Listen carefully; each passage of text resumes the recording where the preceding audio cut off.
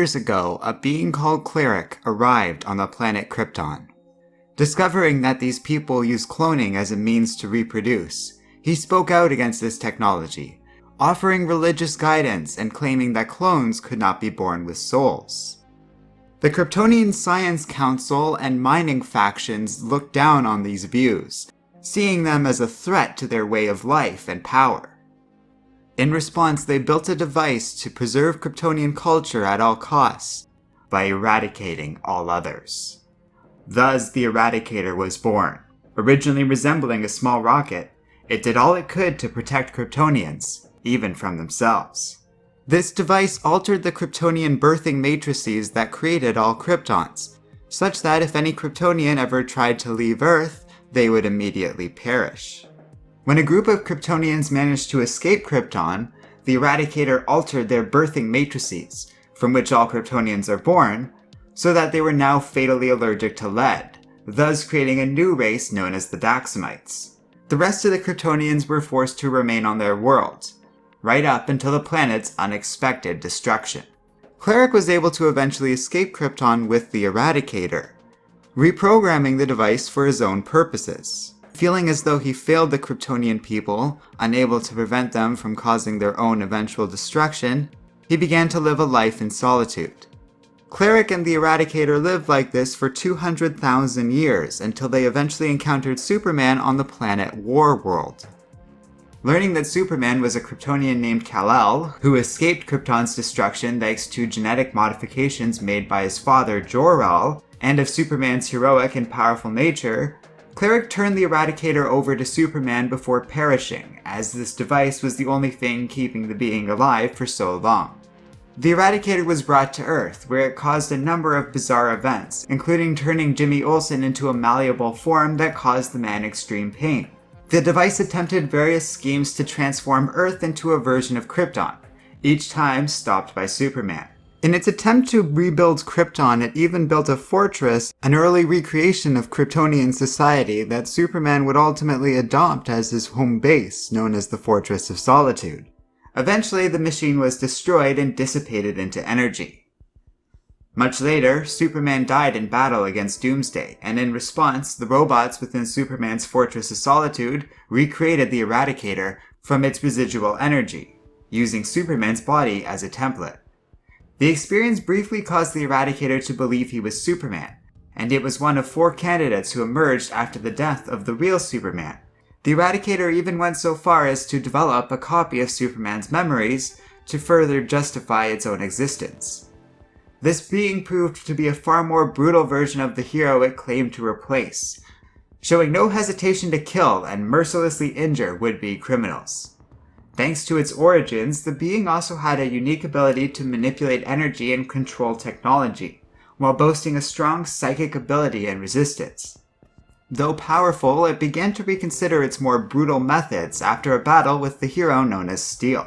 It left Metropolis now with a more heroic mindset and began protecting Coast City. That city was destroyed by the villains known as Mongol and Cyborg Superman. The Cyborg attempted to frame the Eradicator for this event, nearly destroying it in the process. The android returned to the Fortress of Solitude, regenerating itself and altering its appearance, while gaining a mindset more compassionate and closer to that of the original Superman. It returned to the ruins of Coast City, where it joined forces with Kal-El, who had returned to life, along with a number of other superheroes, to save Metropolis from the same fate at the hands of Mongol and Cyborg Superman. During this battle, the Eradicator was thought destroyed when it shielded Kal-El from an energy blast.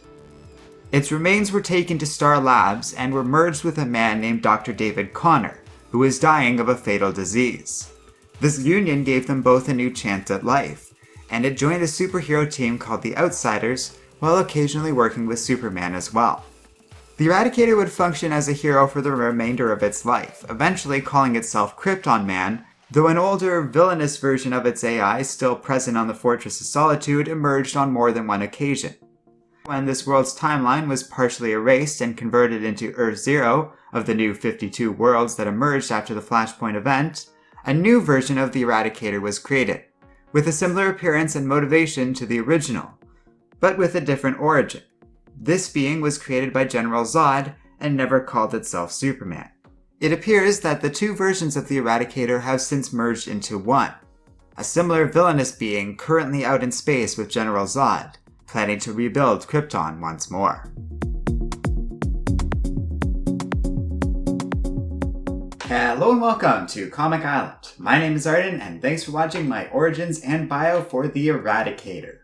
So as I continue my biographies about Superman, we move on to the Eradicator, one of the 4 potential candidates that replaced Superman for a time after his death in the 1990s. I have to say, going into this, I really didn't know as much about this character as I thought. From his earlier history, before the death of Superman, to his gradual turn towards being a superhero, there was a lot of aspects of this character I really didn't know about. He's not just another member of Superman's rogue gallery, he has a real history to him, and a lot of character, especially for an android. Overall, there was a lot of fun comics, ranging from the early 90s Superman stuff, some of the Outsiders comics, which might be fun to catch up on right about now, given their upcoming return in DC Rebirth, to even the modern stuff, such as his role in Superman Revenge. I really liked him as part of the Rogues Gallery again as a villain. It kind of goes in cycles like that with characters, and I enjoyed both his gradual turn to a hero and his return to being part of a Superman's Rogues Gallery in the modern age. It's fun to have explored this character, and it's an interesting one overall. He wants to help Krypton, but he's very ethically ambiguous when it comes to how he plans to go about returning his people to their own glory. But they're not even his people, he's just some android that was built that way. Overall, it's an interesting character, and one that I definitely feel is a good Superman villain in general. For potential use going forward, he looks neat and has his own unique aspects to him. In the stories like Revenge, he's immune to certain things, and that makes him different from the other villains, and therefore a great part of the overall Superman canon. There's a lot that can be used with this character as a whole. It'll be interesting to see what they have planned for him or what's going to happen with this villain in the future, because he's a fun character and a little different from the average Superman villain. Let me know what you guys think in the comments section below, and thanks for watching. This is part of an ongoing Patreon request that won a poll a while ago, so if you're interested in also being a member of that, check out our Patreon page in the video description. You get to have a say in the content we make, including stuff like this. And finally, don't forget to like, subscribe, and keep reading comics.